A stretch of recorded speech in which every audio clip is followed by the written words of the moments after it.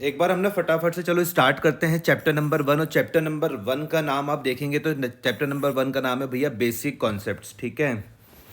तो इसके हम लर्निंग ऑफ आउटकम्स में देख लेते हैं तो क्या क्या है लिखा हुआ। After studying this chapter you would be able to, तो पहला है comprehend the meaning of tax and the types of tax.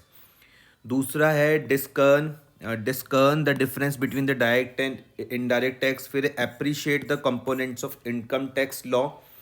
comprehend the procedure for computation of total income for the purpose of levy of income tax। फिर है comprehend and appreciate the meaning of the important terms used in the income tax act 1961। उसके बाद आप देखते हैं कि comprehend the meaning and scope of the agriculture income and apply the same to identify whether a particular income falls within the scope of agriculture income। फिर है identify the operations which are partly agriculture and partly non agriculture and compute the agriculture income and business income arising from such operations. फिर है recognise the previous year and assessment year for the purpose of computing income chargeable to tax under the income tax act 1961। फिर last में examine the circumstances when income of the previous year would be assessed to tax in the previous year itself, ठीक है। और हम income tax law पढ़ रहे हैं। फिर नेक्स्ट है apply the rates of a tax applicable on different components of total income of a person for the purpose of determining the tax liability of the such person under default tax regime under section 115 BAC। इसको जरा एक बार दिमाग में थोड़ा सा बैठा लो। Tax regime under section BAC, याद रहेगा ये, ठीक है। डिफॉल्ट टैक्स रिजिम याद रखना 115 BAC। एक बार मैं इसको लिख लेता हूँ 115 BAC से याद रखना, ठीक है। देखेंगे इसको क्या है। Apply the tax apply the rate of a tax applicable on different components of total income of a person for the purpose of determining the tax liability of such person who exercise the option to shift out of the default tax regime and pay tax under the optional tax regime as per the normal provisions of the act। तो chapter के हम starting में यहाँ पे देखो क्या लिखा हुआ है कि चैप्टर का एक बार ओवरव्यू देख लेते हैं कि हमें इस चैप्टर पे क्या क्या चीज़ें में हम बात करेंगे, डिस्कशन करेंगे। तो बेसिक कॉन्सेप्ट में है जिसको 4 कैटेगरी में बांटा गया है। Components of income tax law, ध्यान से देखो, components of income tax law, steps for computation of total income and tax liability.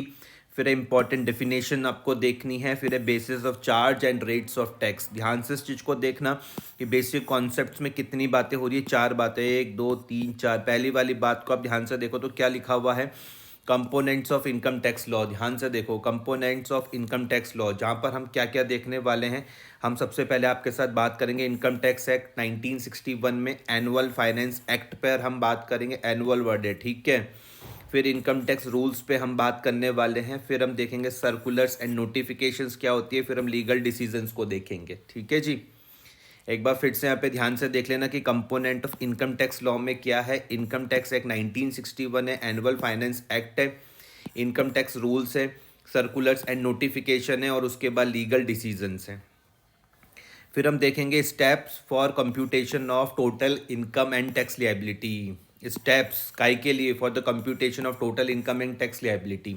सबसे पहली चीज़ है भैया डिटर्मिनेशन ऑफ रेजिडेंशियल स्टेटस। पहली चीज़ हम देखने वाले हैं डिटर्मिनेशन ऑफ रेजिडेंशियल स्टेटस। उसके बाद हम बात करेंगे classification of income under different heads. ध्यान से इस चीज़ को देखो, classification of income under different heads. उसके बाद है भैया computation of income under each head, computation of income under each head. फिर है clubbing of income of spouse, minor child etcetera. Clubbing of income के बारे में हम बात करेंगे, स्पाउस, माइनर चाइल्ड एट्सेट्रा। फिर आ जाएगा सेट ऑफ और carry forward and set off of losses, set off और carry forward and set off losses. फिर आ जाएगा computation of gross total income GTI, computation of gross total income GTI। फिर आ जाएंगे डिडक्शंस पर हम बात करेंगे कि ग्रॉस टोटल इनकम GTI क्या था भैया, ग्रॉस टोटल इनकम से डिडक्शन के बारे में बात होगी। फिर आ जाएगा कॉम्पुटेशन ऑफ टोटल इनकम, और उसके बाद आ जाएगा कॉम्पुटेशन ऑफ टैक्स लिएबिलिटी, ठीक है जी। इतनी चीज़ें समझ में आ रही हैं। Steps for computation of total income and tax liability क्या था, determination of residential status, classification of incomes under different heads, computation of income under each head, clubbing of income of spouse, minor child etcetera, set off और carry forward and set off losses. फिर आ जाएगा competition of gross total income, फिर आ जाएगा deductions from GTI, फिर competition of total income.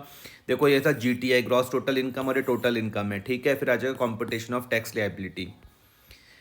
फिर important definition जो हमको समझनी है वहाँ पर सबसे पहले हम समझेंगे भैया एसएससी कौन होता है, ध्यान से समझना। Assessment, assessee, assessment. फिर हम पर्सन को हम देखने वाले हैं, फिर हम इनकम को हम समझेंगे, फिर हम इंडिया, उसके बाद आ रहा है भैया असेसमेंट ईयर, फिर हम देखेंगे भैया प्रीवियस ईयर क्या है और एग्रीकल्चर इनकम क्या है। ये सब चीज़ें हमारे दिमाग में बढ़िया ढंग से सेट होनी चाहिए। एक बात देख लो इंपॉर्टेंट डेफिनेशन में क्या क्या कवर करना है आपको। असेसी कवर करना है, असेसमेंट, पर्सन, इनकम, इंडिया और असेसमेंट ईयर, प्रीवियस ईयर और एग्रीकल्चर इनकम, ठीक है जी।